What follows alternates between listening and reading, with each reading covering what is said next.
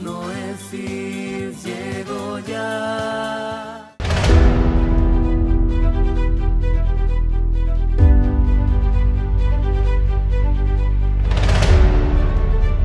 Saludos amigos, bienvenidos a este curso para acercarnos a la filosofía.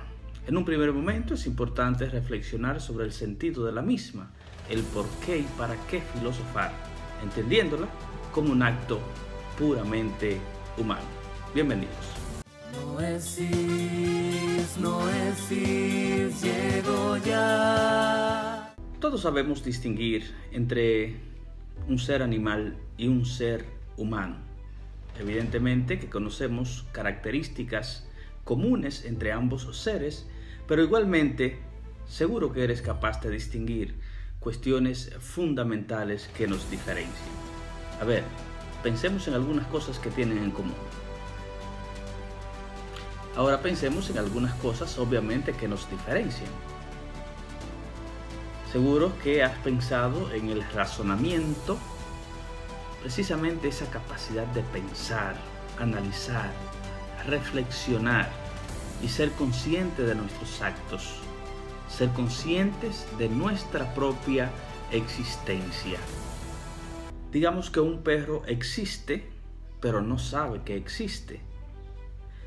Tú puedes entrar a un salón de clases y advertir si está organizado, si está desorganizado, si es grande o pequeño para el grupo que va a recibir la docencia.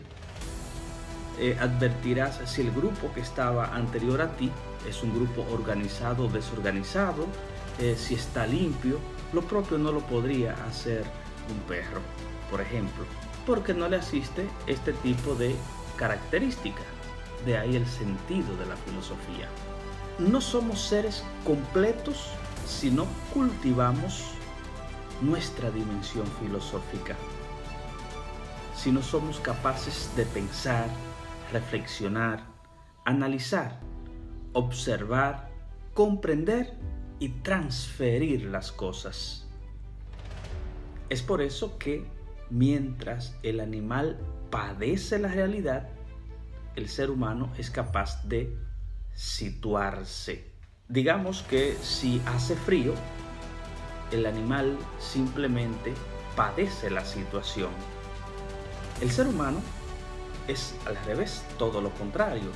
El ser humano enciende el fuego, se pone un abrigo, cierra las ventanas, busca la manera de situarse y adaptarse a esta realidad, precisamente porque le acompaña una dimensión especial del razonamiento, del pensamiento, del análisis. Así, a diferencia del animal, que simplemente es lo que es y no será más que lo que es, el ser humano es un ser que se va construyendo poco a poco. Es un ser que no está acabado. Por lo tanto, mientras el animal es lo que es, el ser humano es lo que no es, pues siempre será posibilidad de ser mucho más de lo que es. El ser consciente de esta dimensión del ser humano nos hace ponernos en marcha, ponernos en camino y disfrutar de esta dimensión especial que nosotros tenemos, la dimensión del pensamiento. No seremos plenos, reitero, si no desarrollamos nuestra capacidad de pensar. Siempre he dicho que no pensar, no reflexionar o analizar es un paso directo a la equivocación. Podemos poner un ejercicio muy simple, muy sencillo, muy cómodo. Les haré algunas preguntas. Ustedes tendrán la responsabilidad de responder en su pensamiento de manera rápida, en fracciones de segundo. Si piensan un segundo, han perdido. Vamos a ver. ¿Cómo se hace un 11? Rapidito, ¿cómo se hace un 11? No me digan que con 2 palitos, porque un palito no es un número. Entonces sería con 2 1, pero me han durado mucho en responder. Vamos a hacerlo una vez más, pero mucho más ágil, por favor. Inmediatamente pregunte, inmediatamente me responden. Un 11 se hace con 2 1, me acaban de decir, ¿verdad? O me acaban de afirmar. Vamos a ver. ¿Cómo se hace un 11? Rapidito, ¿cómo se hace un 11? Y un 22, y un 33. Si respondieron con 3-3, están equivocados. 3-3 es igual a 333. Si en cuestiones tan simples como estas, el pensamiento es tan importante, imagínate cuánto lo será en cuestiones tan complejas como el mismo vivir. En filosofía, cuestionar es fundamental, es la base del razonamiento. Por eso se dice que en filosofía las preguntas son más importantes que las respuestas. Las máquinas están diseñadas para dar respuestas, no para plantearse preguntas. De ahí que es más difícil plantearse preguntas que buscan respuestas que simplemente dar respuestas. Las preguntas permiten cuestionar aspectos esenciales del ser humano. Y lo más importante es que las respuestas no estén al doblar de la esquina.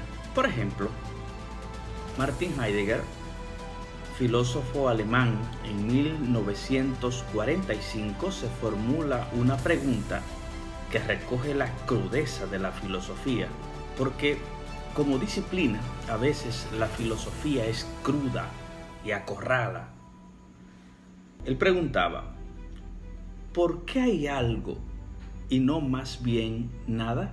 Ya lo había hecho el filósofo alemán Leibniz en el siglo XVII esta misma pregunta, dando respuesta, obviamente, desde un contexto muy especial propio de la época.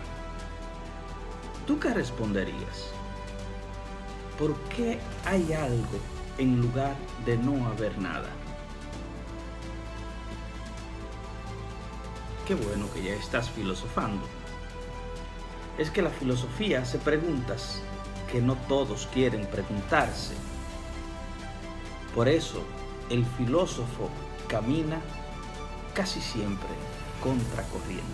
Pero lo importante de esto es que el ser humano es el único que puede hacerse estas preguntas. El ser humano es el único que filosofa. El ser humano es el único que puede plantearse preguntas y buscar respuestas. Digamos que el ser humano, un ser imperfecto en un mundo perfecto, un ser carenciado en medio de tanta abundancia, un ser finito en medio de tanta infinitud, se siente muy pequeño en medio de tanta grandeza, y entonces es el único que tiene la grandeza de preguntarse por la totalidad. Hegel ya decía que hay un ser metafísico que se pregunta por el sentido del universo. Ese es el hombre. Y la pregunta ahora sería: ¿por qué hay filosofía? ¿Por qué hay que filosofar? Pues para interpretar la realidad.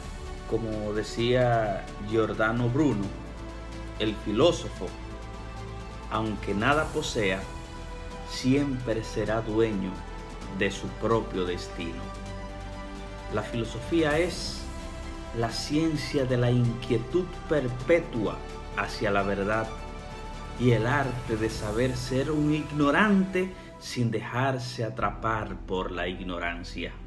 El poder, los medios de comunicación, la masa, los grupos dogmáticos frecuentemente aspiran a colonizar la subjetividad de los sujetos, aspiran a idiotizarlos, como siempre he dicho, aspiran a zombizarnos para que actuemos como zombies. Nuestra conciencia de sujetos, de seres pensantes, nos hace capaces para interpretar la realidad. De ahí la importancia de la filosofía. Nos hace capaces de mirar por nosotros mismos, de sentirnos sujetos, dueños de nuestra realidad y de nuestro propio espacio. Contrario a los zombies, el sujeto tiene conciencia de sí, puede pensar desde sí y puede pensar sobre sí. Por esta razón, puede decidir desde sí. Lo que caracteriza a un zombie es que no puede pensar ni decidir. Por el contrario, lo que caracteriza al sujeto pensante es la conciencia de sí, que es un saber libre. El poder puede ser el poder político, económico, religioso, cultural, de medio de comunicación. El poder busca dominar ese saber, busca, como dije ahorita, colonizar a ese sujeto para que ese sujeto, libre por naturaleza, se someta a sus mandatos. Descartes, con su cogito ergo sum, pienso, luego existo, define la esencia del sujeto por su capacidad de pensar el mundo y de pensarse a sí mismo, de interpretarlo y de interpretarse. Pero la idea del sistema es reducir la autonomía del sujeto, que simplemente es visto como un cántaro al que hay que llenar de lo que ya nos viene dado. Por eso es natural que nosotros normalmente asumimos como verdades lo que se nos ha dicho, no lo que yo de alguna manera ya puedo descubrir por sí mismo. Si el poder, reitero, poder político, económico, cultural, religioso, dogmático, si el poder domina al sujeto, este va a mirar y a interpretar la realidad según los intereses del dominador. Pues, si no pienso, no existo. Ojalá te haya servido este video para comprender el sentido de la filosofía. Recuerda suscribirte en el canal, activa la campanita, dale like o dislike si no te gustó. Déjame tus sugerencias que la pondré en práctica. Y yo soy José Jaques y esto es Noesis. Hasta un próximo encuentro. Noesis, Noesis, llego ya.